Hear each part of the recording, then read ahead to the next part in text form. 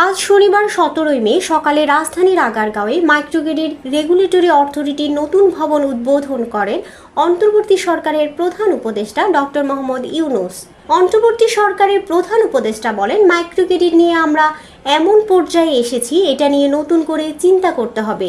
Microcredit bank স্থাপন, এটা এখন এনজিও থেকে উত্তরণ হতে হবে। এনজিও পর্যায়ে গেলে এটা ঠিক ব্যাংকিং মেজাজে আসবে না।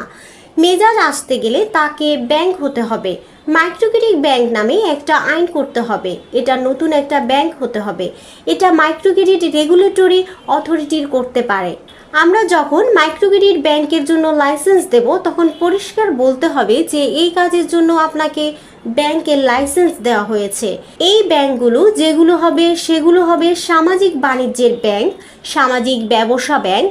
আইনের মধ্যে থাকবে যে এটা হচ্ছে সামাজিক বাণিজ্যিক ব্যাংক।